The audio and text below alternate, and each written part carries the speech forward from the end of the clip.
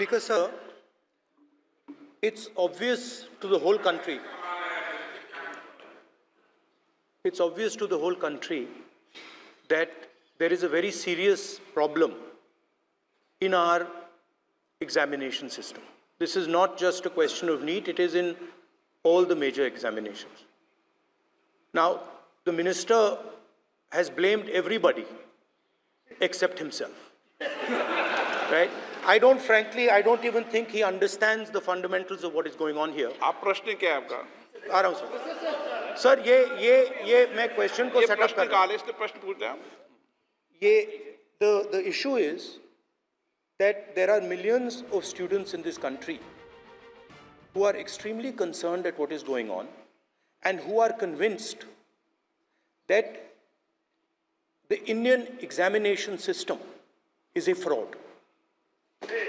That is what is at stake here. Millions of people believe that if you are rich and if you have money, you can buy the Indian examination system. And by the way, and this is the same feeling that the people in the opposition have. And that is why we are asking some very simple questions to Honorable Minister. Number one, as this is a systemic issue, what exactly are you doing to fix this issue at a systemic level? Yes. That's the first question. Okay. Question में चल रहा है अभी। Please. अब मैं मंत्री जी मैं एक बार बोल दूं इस बात पे। चलो मंत्री जी आप शॉर्ट में जवाब दो, फिर मैं बोल ही देता हूं आज। आप शॉर्ट में जवाब देना। अध्यक्ष महोदय, मेरे जो शिक्षा है, मेरे जो संस्कार है, मेरे जो सामाजिक जीवन है, मेरे को मेरे राज्य की, मेरे सूबे की जनता की स्वीकृति मिली है। मैं किसी की, मेरे बौद्धिक और मेरे संस्कार की सर्टिफिकेट मेरे को सारी सदन में किसी से नहीं चाहिए। देश की प्रजातंत्र में चुन के मेरे नेता प्रधानमंत्री मोदी जी को प्रधानमंत्री की भूमिका दिया है। मैं उनकी निर्णय से यहाँ उत्तर दे रहा हूँ सदन को।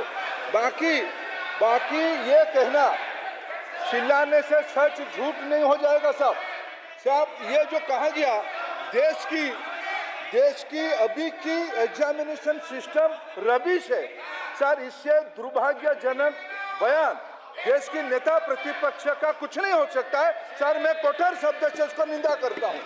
बाकी रहा, मैं सर आपके सामने, आपके माध्यम से देश के सामने सर एक तथ्य रखता हूं सर। जिन्होंने रिमोट से सरकारें चलाई है, 2010 में 3 बिल आया था सर शिक्षा सुधार के लिए।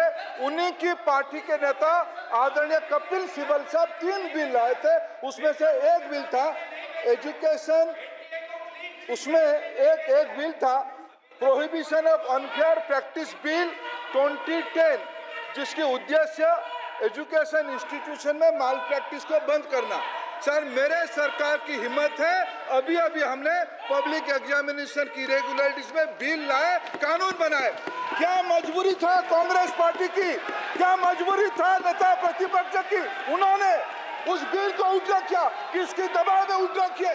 क्या निजी मेडिकल कॉलेज की दबाव में, उनकी घूसखोरी की दबाव में उन्होंने उस बिल को विड्रॉ किया था? सच सुनने की सामने है ये। मैं किसी की विद्वता में प्रश्न नहीं उठाता हूं, लेकिन सच 2010 में शिक्षा सुधार की बिल उन्हीं की सरकार ने लाया था, दबाव में उन्होंने विड्रॉ किया। ये हमको प्रश्न पूछते हैं। एक मिनट प्लीज।